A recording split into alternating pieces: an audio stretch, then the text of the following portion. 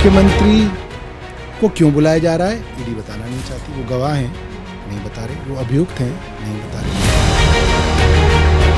जब 2 बार समन आया तो अरविंद केजरीवाल जी ने स्पष्ट तौर पर कई सवाल पूछते हुए इन्फोर्समेंट डायरेक्टोरेट को चिट्ठी लिखी, लेकिन तीनों बार चिट्ठी भेजने के बावजूद ईडी ने आज तक अरविंद केजरीवाल जी के सवालों का जवाब नहीं दिया।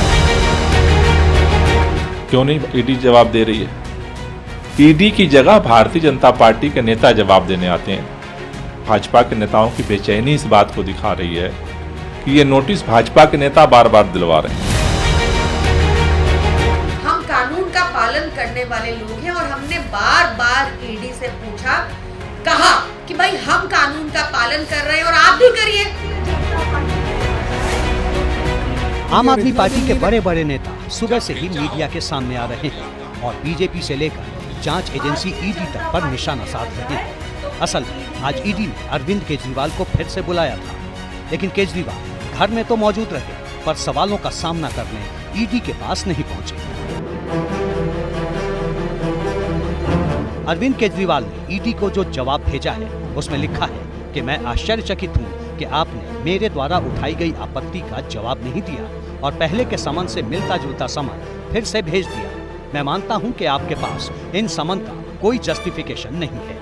ईडी का व्यवहार मनमाना और गैर पारदर्शी है। ईडी को लिखे अपने जवाब में अरविंद केजरीवाल ने कहा है कि वो एक पार्टी के मुखिया हैं और दिल्ली में राज्यसभा के चुनाव होने हैं, इसलिए इसमें वो व्यस्त हैं। दूसरी बात जो उन्होंने ईडी को लिखी है उसमें उन्होंने सीधे तौर पर यह कहा है कि एक मुख्यमंत्री होने के नाते उन्हें 26 जनवरी के कार्यक्रम में भी रहना है। तीसरी और सबसे इंपॉर्टेंट बात जो अरविंद केजरीवाल ने ईडी को लिखी है उसमें उन्होंने ये लिखा है कि अगर ईडी उन्हें कोई सवाल भेजना चाहती है तो भेज सकती है, उसका जवाब वो जरूर देंगे।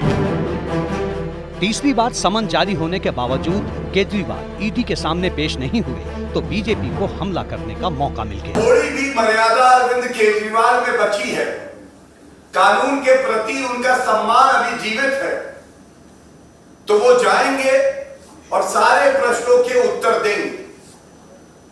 हम तो हमेशा कहते हैं अगर आपने बेईमानी की नहीं तो डरना कैसा। जो लोग राजनीति में आने से पहले ईमानदारी की दुहाई देते थे, आज सबसे बड़ी बेईमान पार्टी आम आदमी पार्टी बनी है। मुख्यमंत्री भ्रष्टाचार के मामले में ईडी के समन को बार बार नकार के हाजिर नहीं हो रहे हैं। इससे स्पष्ट दिखता है कि कहीं ना कहीं दाल में कुछ काला है, यहाँ तो पूरी दाल ही काली नजर आती है। बीजेपी तो केजरीवाल को घेर ही रही है, कांग्रेस भी पीछे नहीं है। दिल्ली से लेकर पंजाब तक के कांग्रेस नेता केजरीवाल पर बरस रहे हैं। अगर वो इनोसेंट है तो अपने आप वो बात साबित हो जाएगी।